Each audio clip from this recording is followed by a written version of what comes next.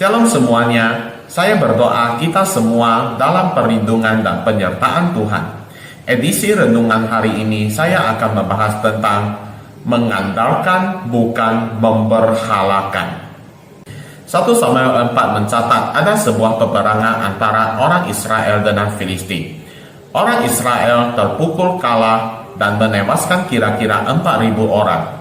Melihat hal itu, tua-tua Israel mendapat ide supaya membawa tabut perjanjian Tuhan ke perkemahan Israel saat itu di Ebenezer.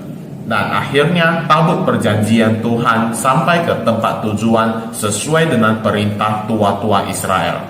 Nah, bagaimana hasilnya?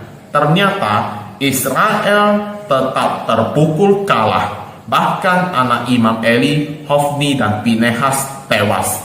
Dan lebih parah lagi, tabut perjanjian Tuhan dirampas oleh Filistin. Pertanyaannya adalah, bukankah kita selalu merindukan pernyataan Tuhan? Dan bukankah penyertaan Tuhan membawa kemenangan? Jawabannya adalah, karena dalam hal ini, orang Israel bukan mencari penyertaan Tuhan, tetapi mereka telah menjadikan tabut perjanjian Tuhan sebagai berhala. Yang orang Israel andalkan bukan kuasa Tuhan, tetapi mereka lebih percaya bahwa tabut itulah yang memberikan kuasa.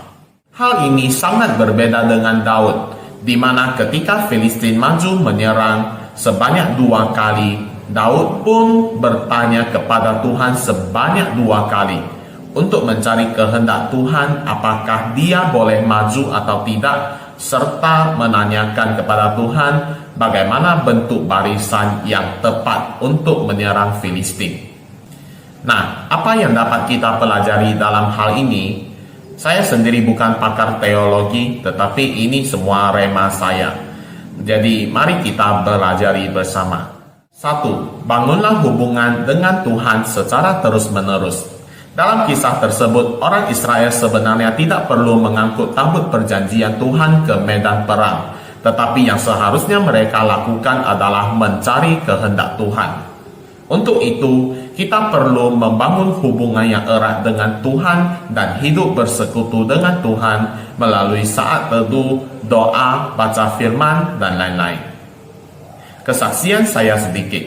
Walaupun saya tidak mendengar suara Tuhan secara langsung, tetapi ketika saya melakukan saat teduh dan baca firman secara disiplin dan benar, maka saya akan merasa damai sejahtera walaupun menghadapi masalah.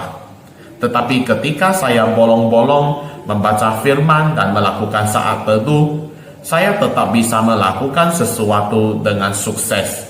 Tetapi kemudian akan terbukti bahwa saya justru telah salah melangkah. Jadi mari kita tetap membangun hubungan yang baik dengan Tuhan supaya kita bisa mengetahui apa yang menjadi kehendak Tuhan atas kita.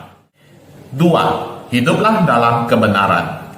Janganlah kita menjadi Kristen KTP saja yang menggunakan aksesoris kekristenan. Tetapi apabila kita sadar bahwa kita berada dalam Kristus, maka kita wajib hidup sama seperti Kristus telah hidup. Jangan sampai kita menghafal seluruh Alkitab, tetapi kita tidak berbuat seperti yang difirmankan. Kita juga harus menjadi pelaku firman, sehingga hidup kita terus dibentuk semakin serupa dan segambar dengan Kristus. 3. Iman harus terus bertumbuh. Saya sangat terkesan dengan khotbah Pak Teguh Hartanto pada hari Minggu sore kemarin, di mana beliau mengingatkan, jangan-jangan selama ini setiap hari Minggu kita ke gereja, ikut doa, ikut pelayanan, tetapi iman kita lemah. Dalam masa pandemi dan krisis ekonomi ini, ada banyak pencobaan yang kita hadapi. Apakah kita tetap bisa mengatakan Tuhan Yesus baik ketika kita terpaksa untuk beribadah melalui online? Apakah kita tetap beribadah dengan berkobar-kobar tanpa dilihat orang lain? Bahkan apakah sikap kita saat melayani online masih benar atau tidak? Jangan-jangan yang kita rindukan selama ini bukan hadirat Tuhan, tetapi suasana gereja dan alat musik yang mencengangkan. Saat ini, semua ibadah sudah kembali onsite, tetapi saya ajak mari kita semua berpikir kembali, apakah selama ibadah online kemarin kita tetap beribadah dengan benar? Jika tidak, mari kita perbaiki cara kita beribadah kepada Tuhan. Sekian dari renungan saya hari ini. Marilah kita terus membangun hubungan yang erat dengan Tuhan. Janganlah menjadi Kristen KTP, tetapi jadilah pelaku firman. Serta marilah kita cek kembali cara kita ibadah kepada Tuhan apakah sudah benar. Tuhan Yesus memberkati.